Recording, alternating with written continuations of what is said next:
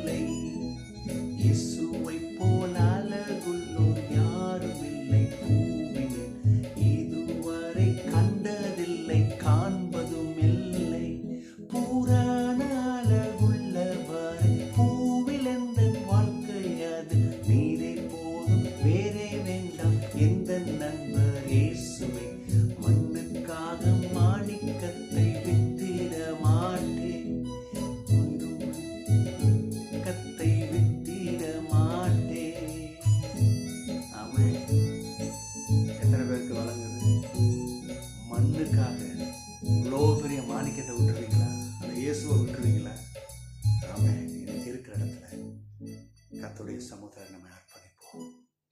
அந்த பூரண அழகுள்ளவர் நம்முடைய வாழ்க்கையில வரும் பொழுது நாமும் அழகாக மாறுவோம். நம்முடைய எண்ணங்கள், நம்முடைய வார்த்தைகள், புத்தி எல்லாம் மாறும். கிறிஸ்துவை பிரதிபலிப்போம். ஆமென், ஆமென், ஆமென். தேவ மக்களை, இன்னைக்கும் ஏசாயாவின் புஸ்தகம் 35ஆம் அதிகாரம் 7ஆம் வசனம். அந்த வசனத்தில் விதமாய் வருது: வெட்டாந்தரை தண்ணீர் தடாகமும் வறண்ட நிலம் நீரூற்றுகளுமாகும். வலு சர்ப்பங்கள் தாபிரித்து கிடந்த இடங்களிலே புல்லும் கொற்கையும் நாணலும் உண்டாகும். ஆமென். இது என்ன காமிக்குது இந்த வசனம்? காட் எப்படி ஒரு மனுஷனை ரெஸ்டோர் பண்றார். இந்த வசனத்துல வெட்டாந்தரன் வருது இல்லையா? இந்த வெட்டாந்தரை எதை காமிக்குது? வெட்டாந்தரை எதை காமிக்குது இல்லையா? அது ட்ரைனஸை காமிக்குது. அது சில இடத்த பார்த்துருப்பீங்க, தண்ணியே இல்லாமல் அந்த பூமி அப்படி வறண்டு கிராக் விட்டுருக்கும் பாருங்க. Cracked and lifeless. அதாவது இதை தரிசு நிலம்னு சொல்லுவாங்க. அதாவது அது விவசாயம் பண்ண முடியாது, ஒன்றும் பண்ண முடியாது. அந்த மண்ணில் அவ்வளோ சத்து இருக்காது பாருங்க. அதை தரிசு நிலம் என்று சொல்லுவாங்க. அதை இனிமேல் எதுவும் ப்ராடக்ட் போட்டு எடுக்க முடியாது. ஆனால் காட் என்ன சொல்கிறாரு? அந்த போல இருக்கிறியா, வெட்டாந்தரை போல இருக்கியா? உன் வாழ்க்கையில் அந்த ட்ரைனஸ்ஸு, அந்த கிராக், அந்த லைஃப்லெஸ் இருக்குதா? நான் என்ன பண்ணுறேன்?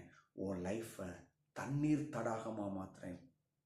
அந்த தண்ணீர் தடாகனுடைய அர்த்தம் என்ன?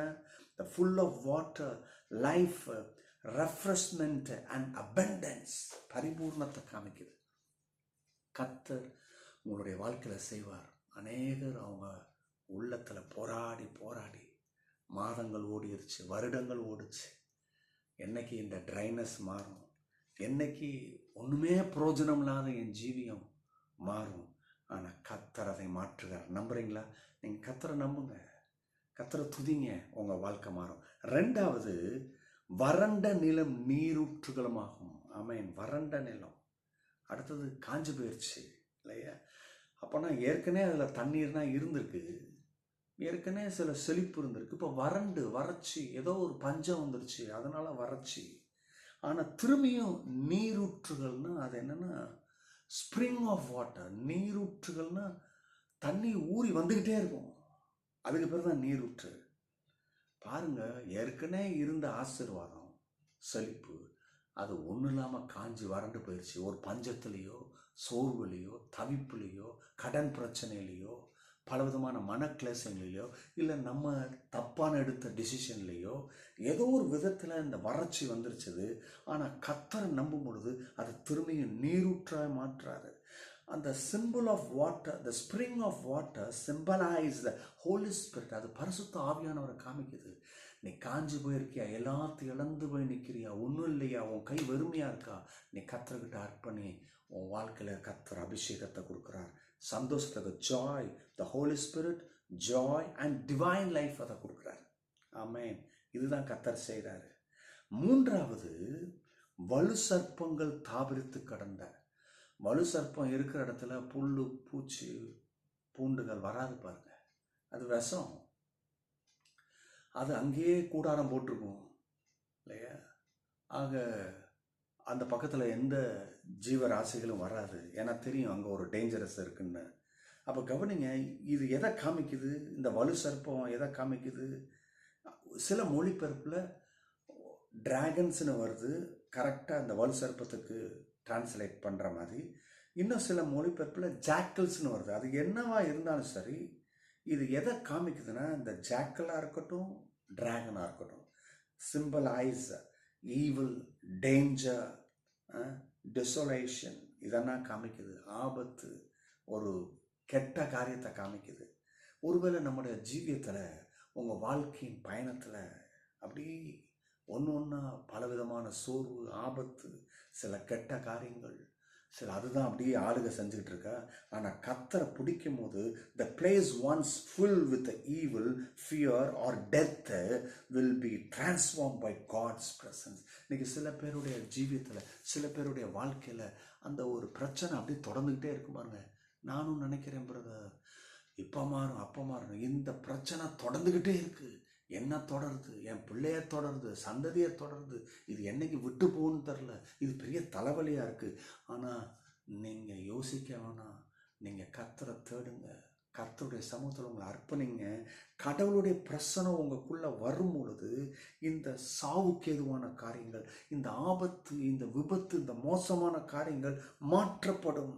The enemy will no longer rule there. அந்த பகைவன் அங்கே உங்கள் வாழ்க்கையில் இனி ஆளுகை செய்ய முடியாது. அடுத்தபடியாக அங்கே என்னது? நல்ல புல் பூண்டுகள்லாம் வருது. அது எதை காமிக்குது? எதை சிம்பலைஸ் பண்ணுது இல்லையா? The simple of life, growth and blessings. கர்த்தர் இதை தரார் உங்களுக்கு. ஆகவே உங்களுடைய வாழ்க்கை துன்பத்தை கண்ட வருஷத்துக்கு நேர்த்தியாய் கர்த்தர் ரெஸ்டோர் பண்ணுறாரு, ஆசீர்வதிக்கிறார். நீங்கள் ஆசீர்வதிக்கப்பட்டவர்கள். God bless you. கடவுளுடைய வார்த்தைக்கு கீழ்ப்படிங்க, அவரை நம்புங்க, வாழ்க்கை மாறும். ஆமென்.